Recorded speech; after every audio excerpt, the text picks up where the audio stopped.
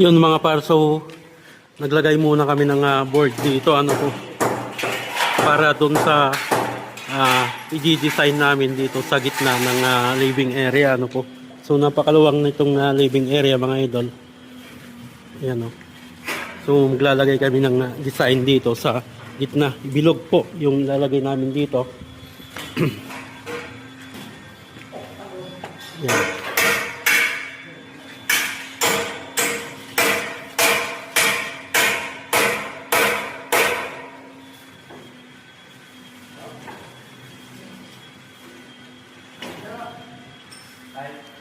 So PVC din lang po itong gitna nito ano mga idol, and then sa gilid PVC din lang po.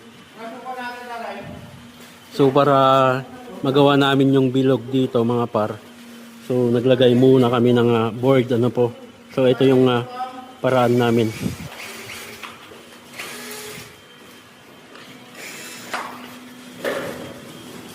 Yan o. So gamit ang metal faring ano mga idol.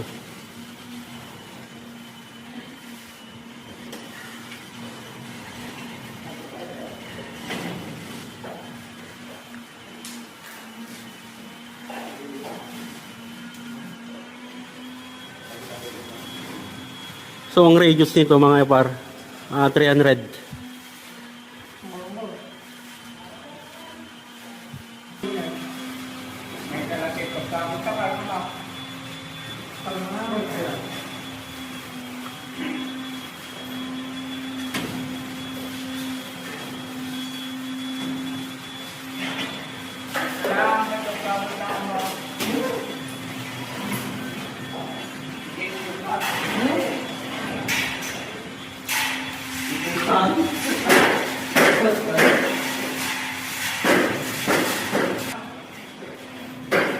Yun ano mga par.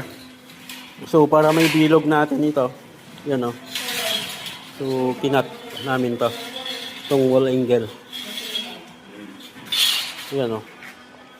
So ang luwang niyan mga 1.5 inches. Ito yung didikit doon sa may bilog niya.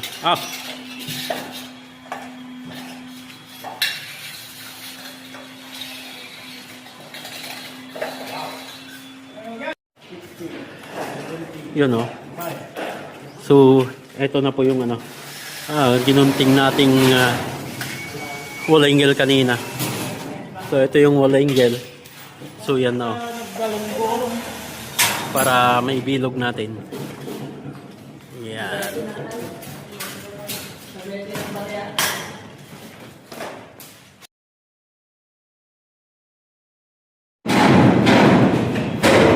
Yun o mga par. So ito na siya ano po. So yung ginawa namin dito mga par, hindi na ito yung traditional na iipitin namin yung PVC ano po.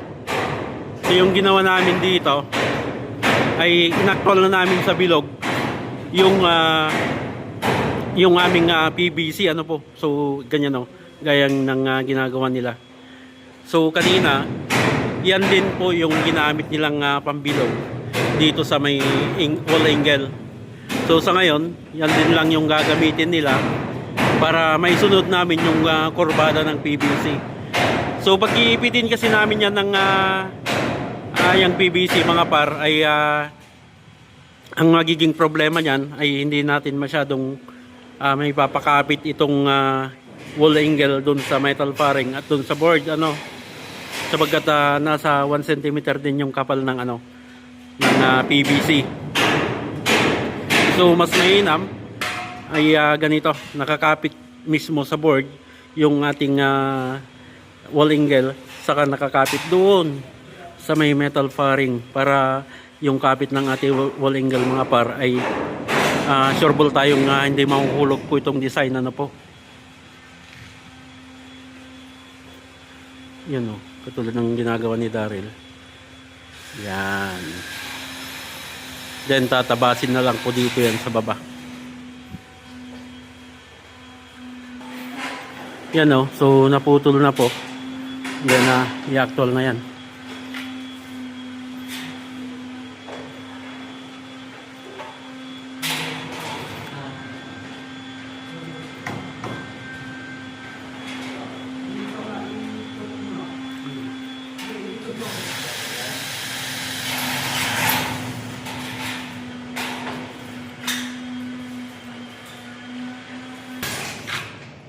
Yan oh. So clip yung ginagamit namin ano mga par. Ayan oh. Clip. Para iwas ano tayo sa ano. Iwas gas-gas sa PVC.